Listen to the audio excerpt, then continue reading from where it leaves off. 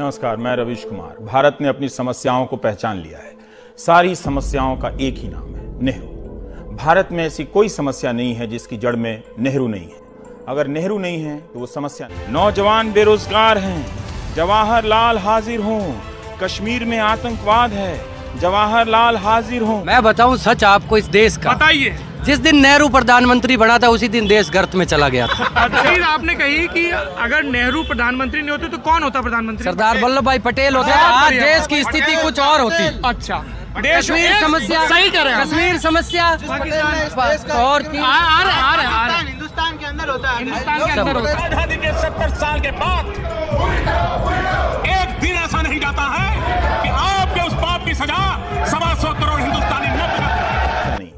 1947 में देश आजाद हुआ। देश के सामने ढेर सारी चुनौतियां थी। देश पिछड़ा हुआ था। एक आधुनिक भारत की अपने को नींव रखनी थी।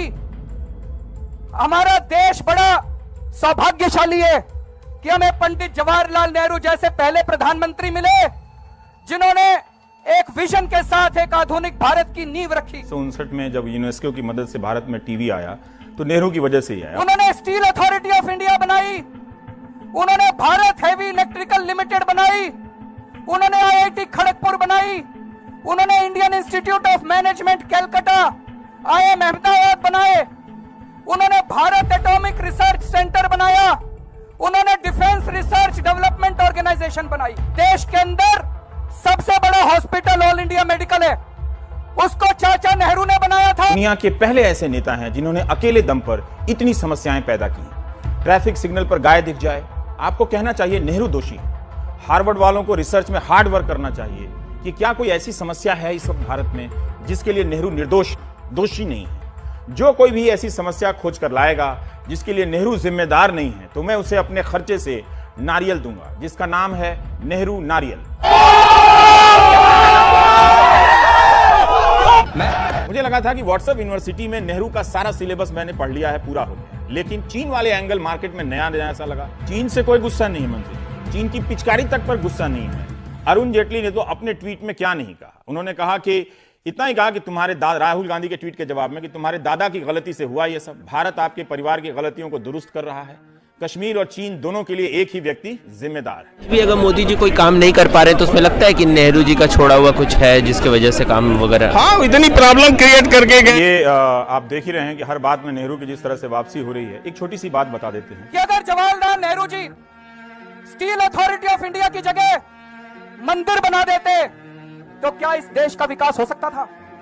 मैं सोच रहा था अगर जवाहरलाल नेहरू जी IIT खड़गपुर की जगह 182 मीटर ऊंचा स्टैचू बना देते।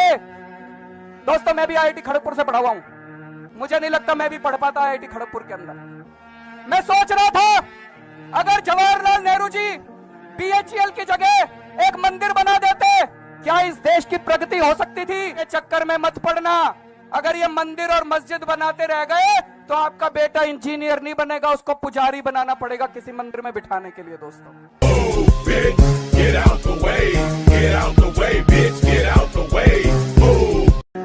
और उसने हम वकीलों को तो मोदी को ही वोट देना चाहिए क्योंकि उसने सरदार वल्लभ भाई पटेल की पूरे विश्व में सबसे ऊंची मूर्ति लगा दी और वो वकील था। आपने कहा कि सरदार वल्लभ भाई पटेल वकील थे, बिल्कुल सही कहा, पर वकील तो नेहरू भी थे।